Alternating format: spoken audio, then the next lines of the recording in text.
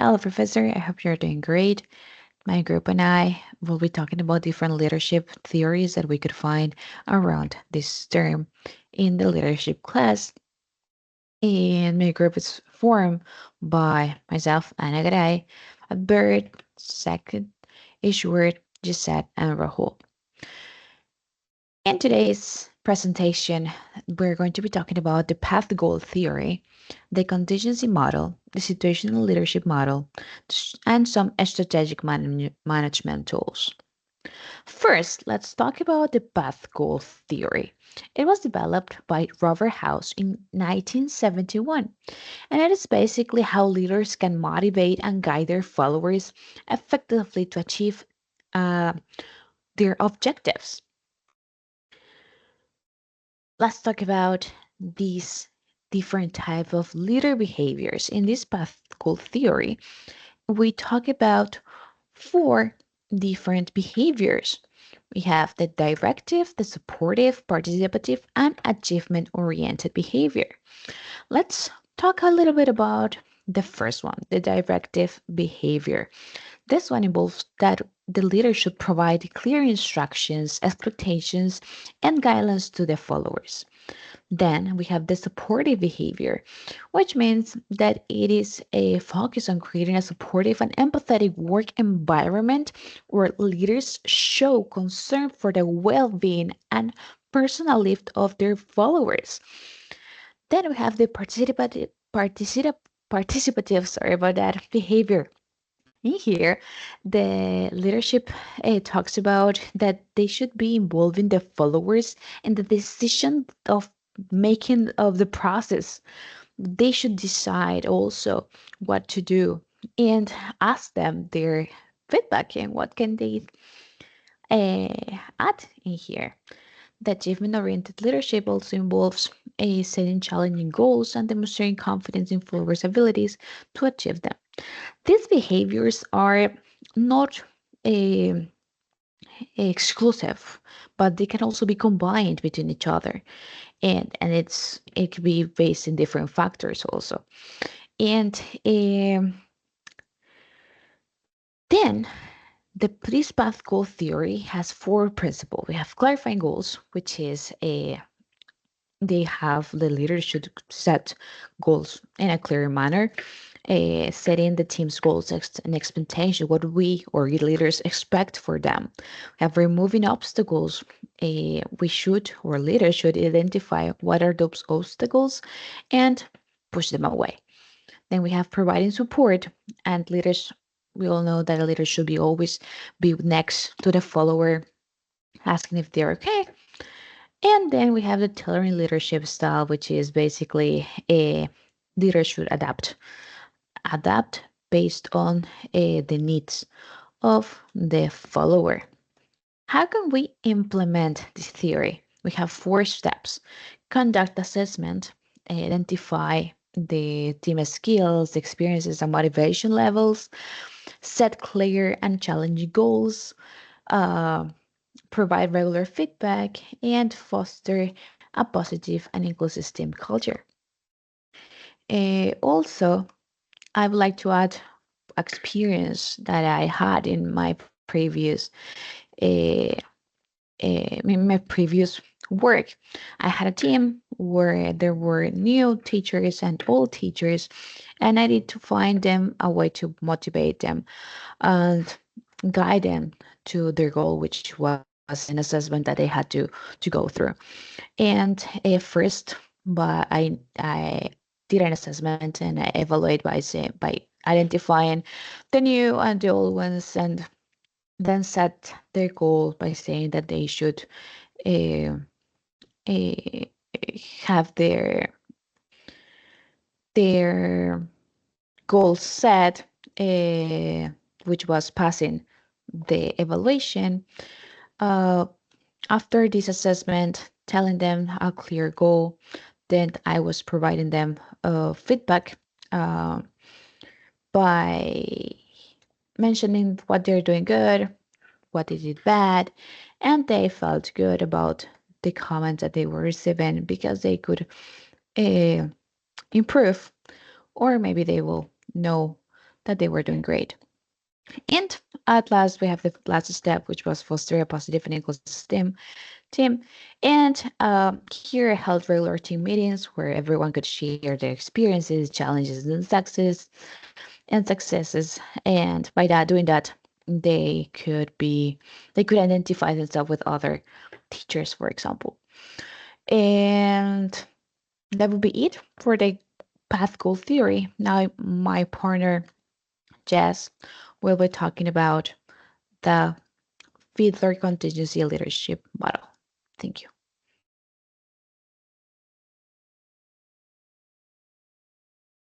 Thank you, Anna. Now I'm going to talk about the Fiedler's contingency leadership model. So Fred Fiedler created this model in the 1960s where he did a research on various leaders on their personality and characteristics.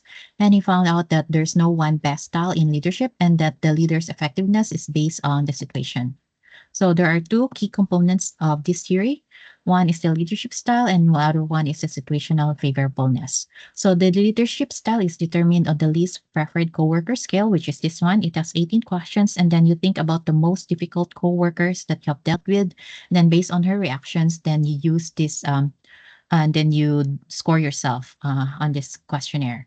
So if your score is 57 or below, then you are low LPC, which means that you are task motivated, that you are more concerned with performance and setting of goals. And then if you are 50 to 63, then you are middle LPC. And then if you are 64 and above, then you are high LPC, which means you are more concerned with having a positive relationship with the group within the group. So I took this questionnaire and then I scored 62, which means I'm either task motivated or relationship motivated. The second key component is the situational favorableness. There are three situations that you need to assess yourself. So the first one is the leader member relations. You need to check if you have the confidence, trust, and respects with each other. If it you have it, then the situational favorableness increases.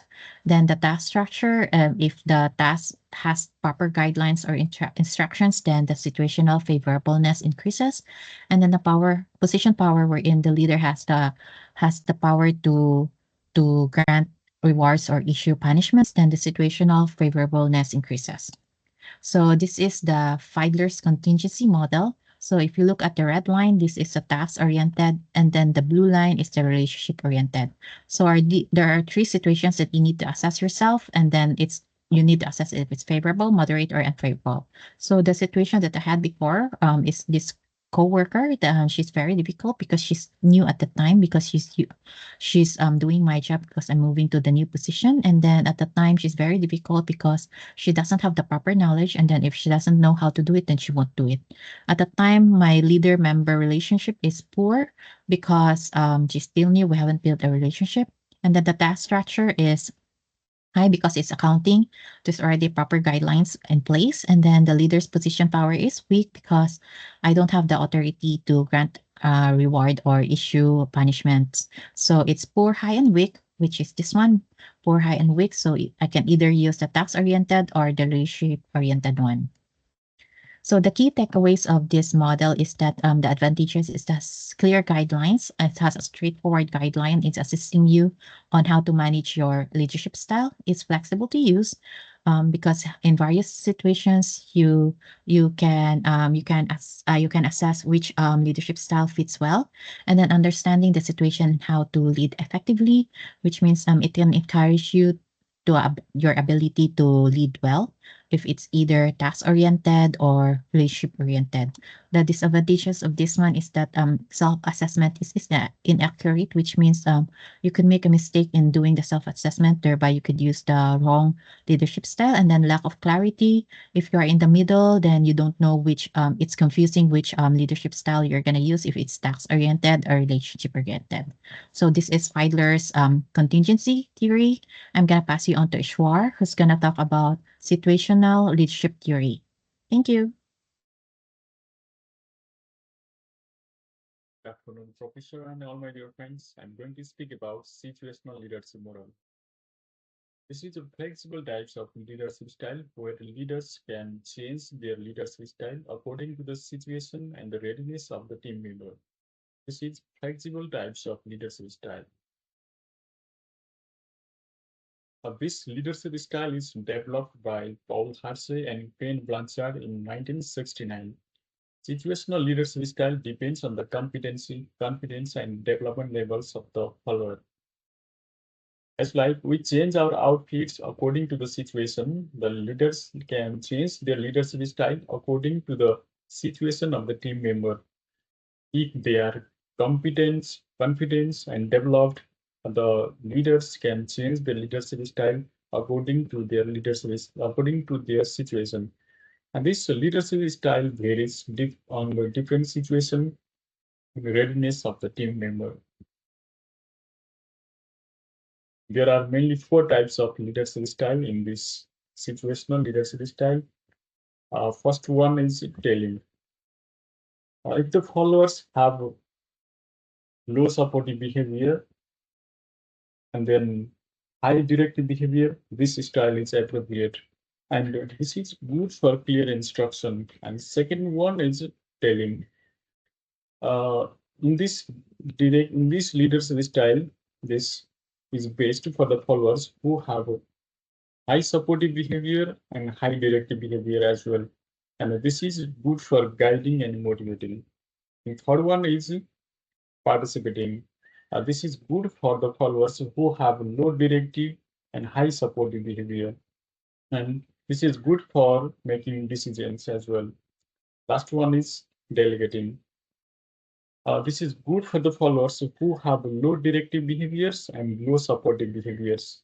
In this style, leaders are autonomy and they make autonomy decisions, and then the followers just to follow them.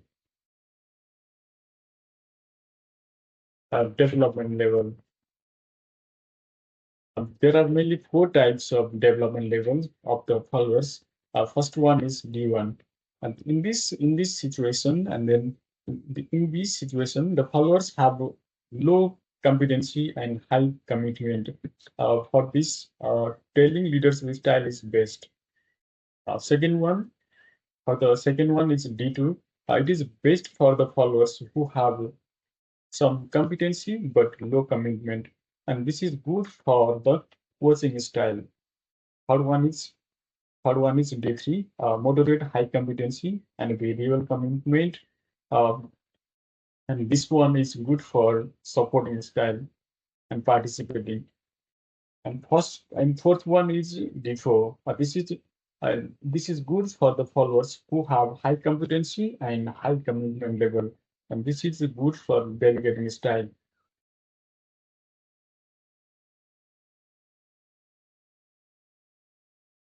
How can we apply this leadership style? We need to match and adopt the leadership style according to the situation and the readiness of the team members. If they get changed, they develop their confidence and competency. We need to change our leadership behavior according to their situation.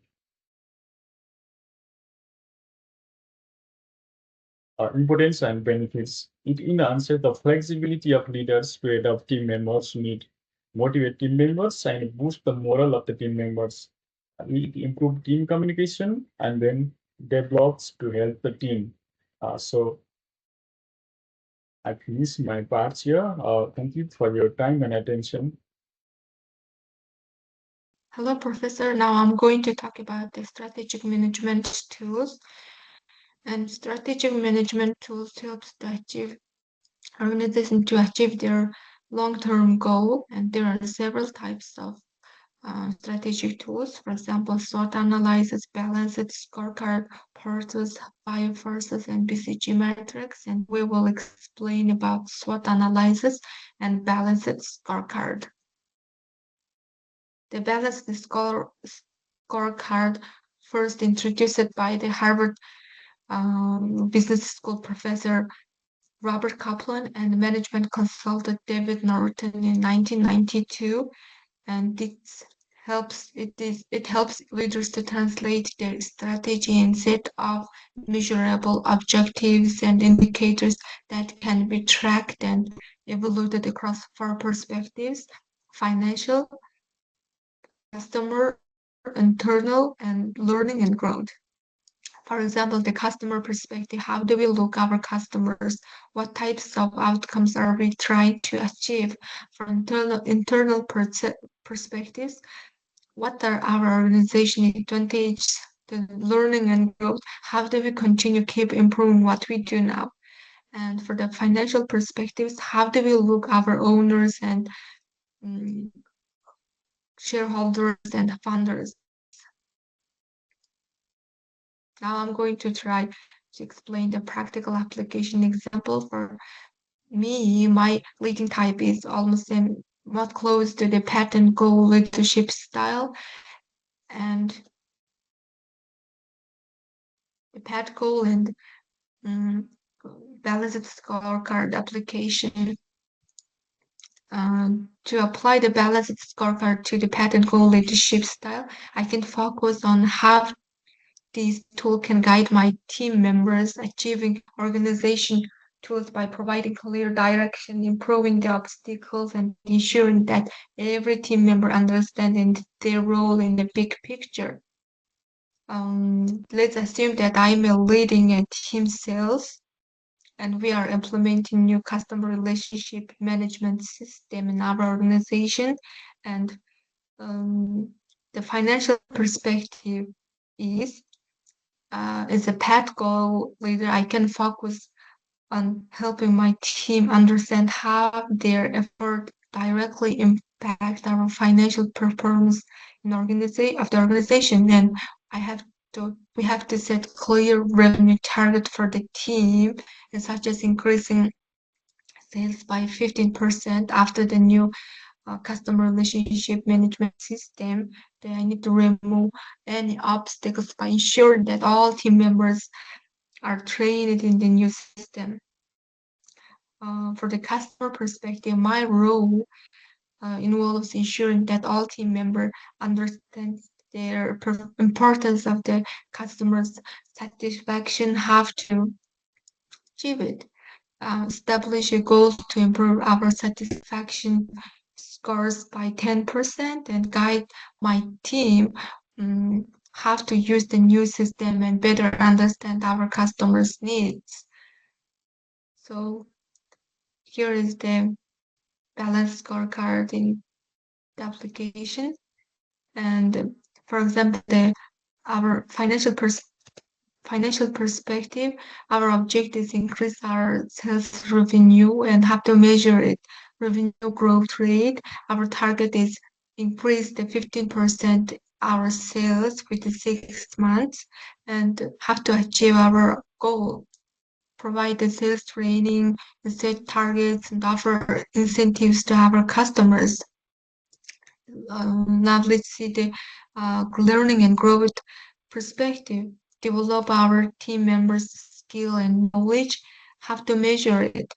Training completion rate and employees' satisfaction. Our target is 100% training completion and 90% of employees' satisfaction rate. Have to reach our goal, provide ongoing training and also one coaching approach. And now my team member Rahul will explain about the SWOT analysis. Thank you. Today we'll explore using SWOT analysis to better understanding our leadership styles.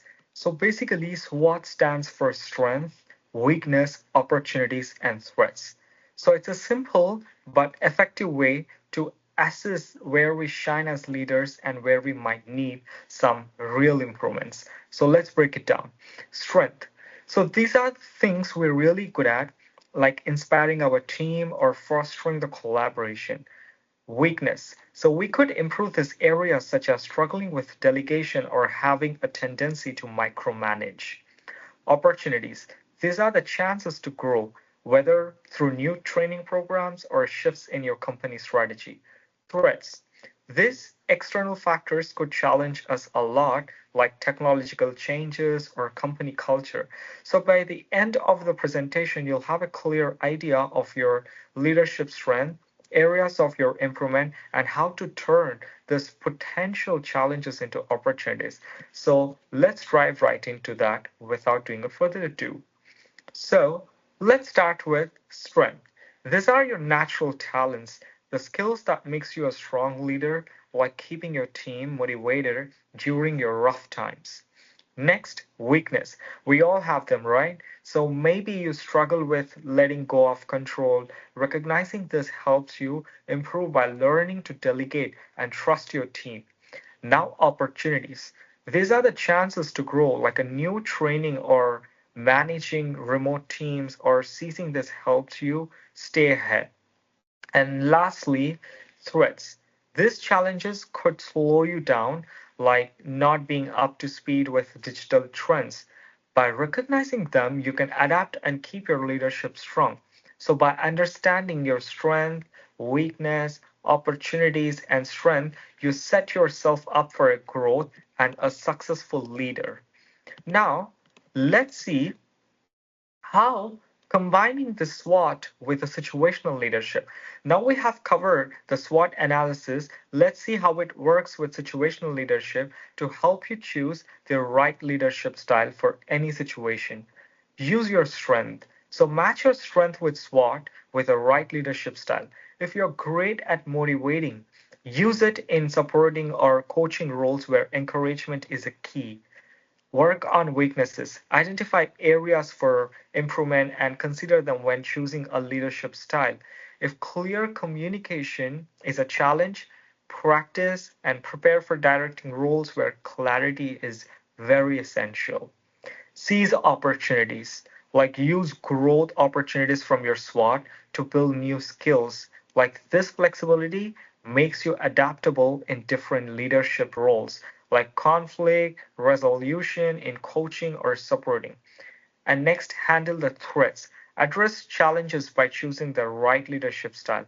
If organization change is highlighted as a threat, a coaching approach can help guide your team smoothly through the transition. So, all in all, I wanted to tell you that SWOT analysis and situational leadership together help you lead effectively by adapting to any situation. Great leadership is about flexible, aware, and ready to meet your team needs with the tools you're prepared to lead confidently. So, these were the three theories we and strategic tools our group wanted to share with you guys. And thank you so much.